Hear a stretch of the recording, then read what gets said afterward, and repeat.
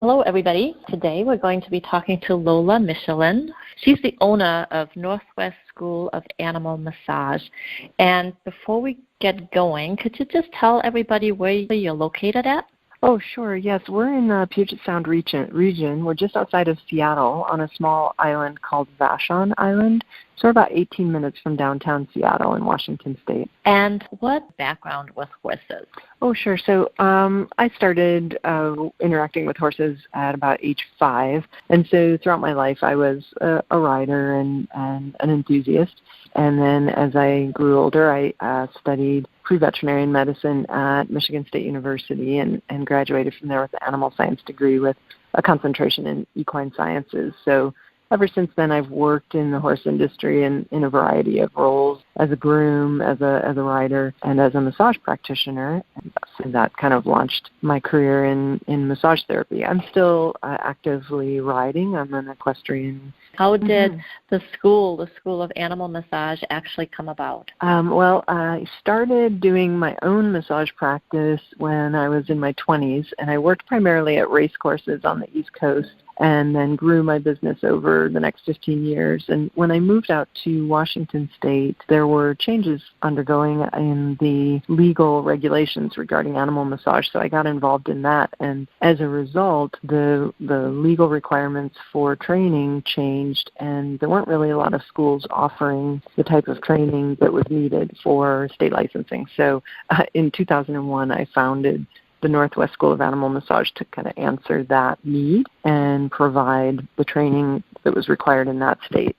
And then from that small beginnings, it has grown into longer programs, career training, as well as continuing education for providers. And we also do classes for horse owners as well. Your graduates are going to be licensed in Washington State. Will they be licensed any place else? How does that work for animal massage?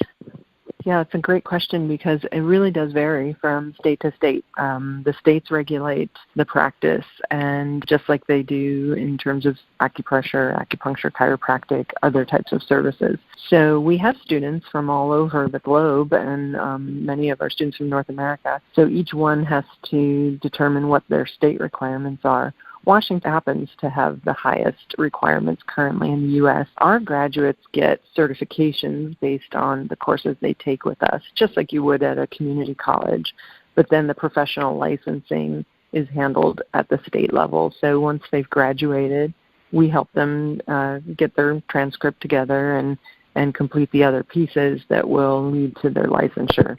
That's fantastic. I always like to ask, what is your vision as it pertains to horses and horse people?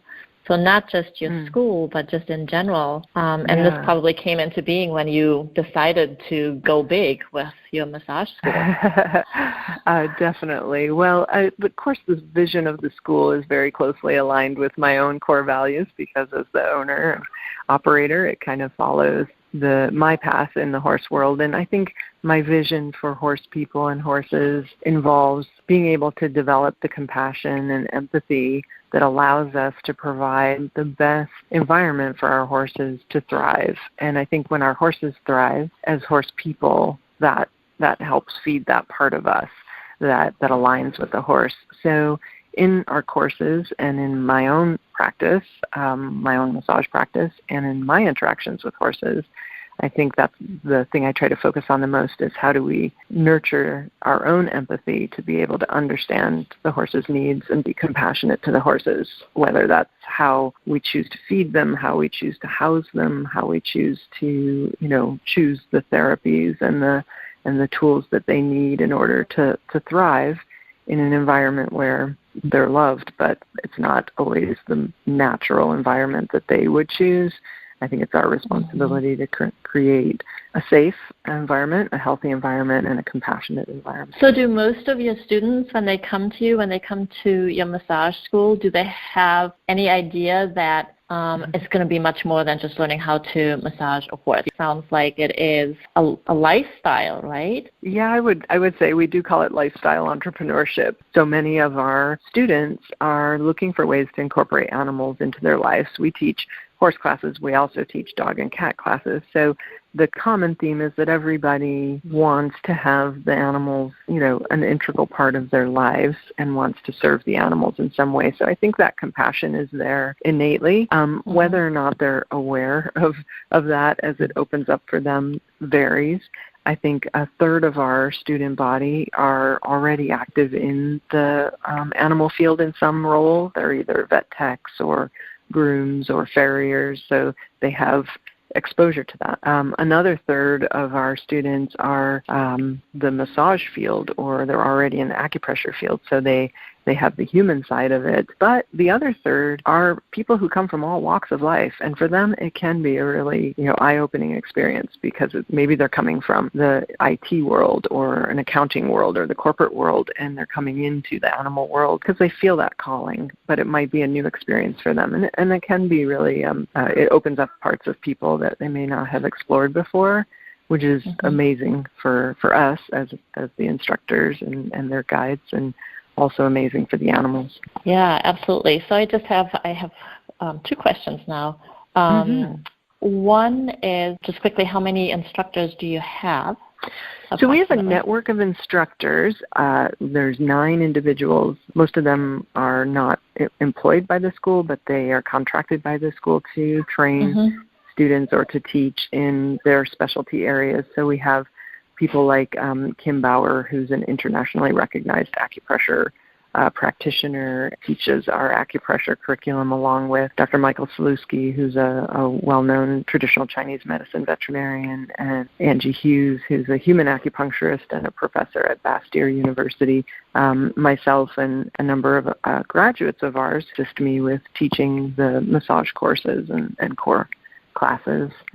So it's a pretty diverse group of individuals. Yeah, it sounds like it. When students come to the school, do you get a sense of what their biggest challenges that they then hopefully overcome as they go through the process?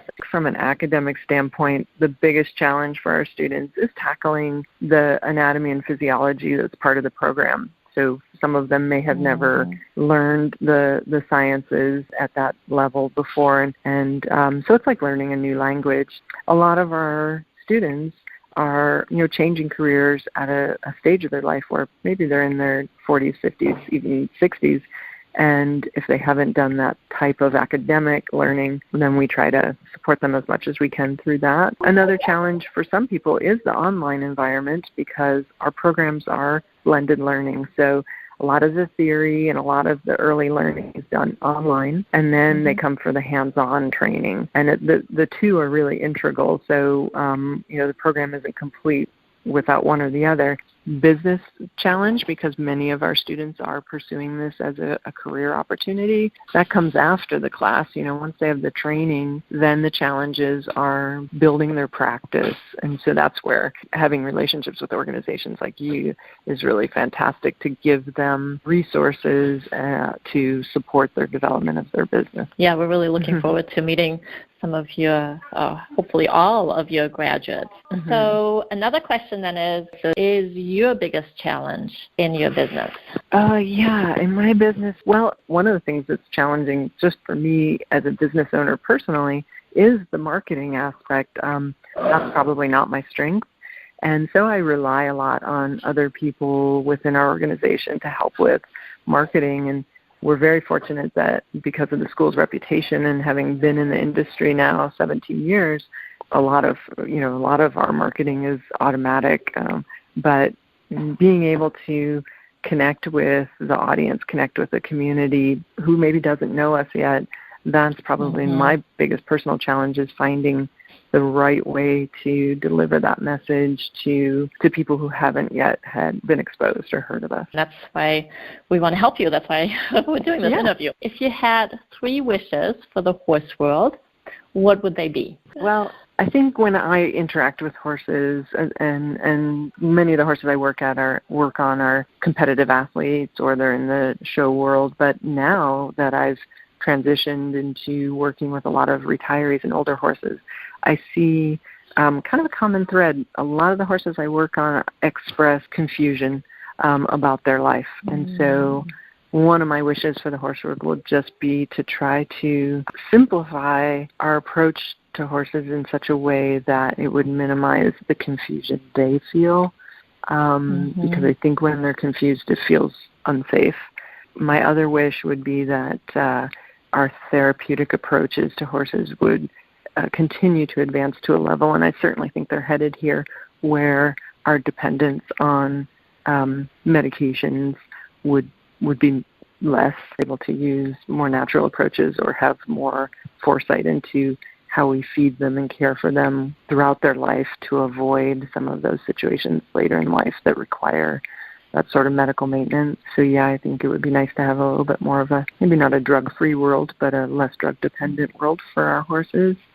And then I think thirdly, for people to be able to open up that empathy towards horses and other animals in our environment, so that we recognize that there's such a critical piece to the planet's survival, that our relationship with the animals is really, I believe it's critical to our own survival, and just having the opportunities for people to connect on that level with an animal that is so powerful and yet so fragile really helps us as well to face those parts of ourselves that are both strong and fragile. Absolutely. Yeah, I just got goosebumps listening to you say that, but yes, absolutely. We're getting close to the end of the interview. What would you like horse people to remember about you as a person and your business, your massage school? Well, I think as a person, when I'm working with the animals I work with my clients and their horses,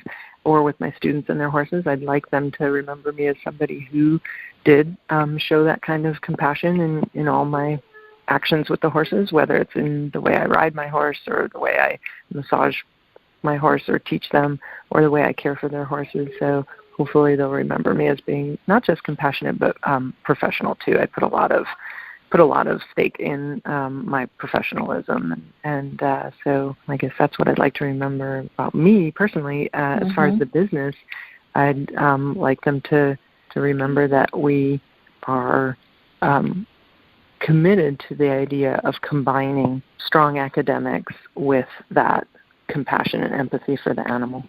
And any words of wisdom you'd like to share? If being with horses is what feeds you and gives you that sense of reward and sense of fulfillment, then create that for yourself in your life and enjoy it. Don't take it for granted. Yes, absolutely. We need to remember that every day, don't we?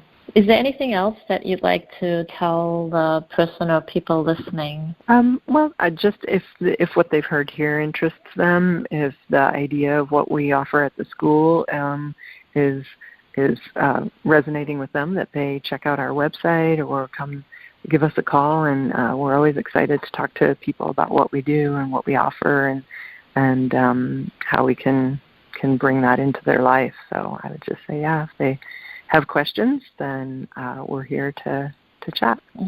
Excellent. Well, thank you so much, Lola, for the interview. I really enjoyed it. Yeah, thank you for all that you do.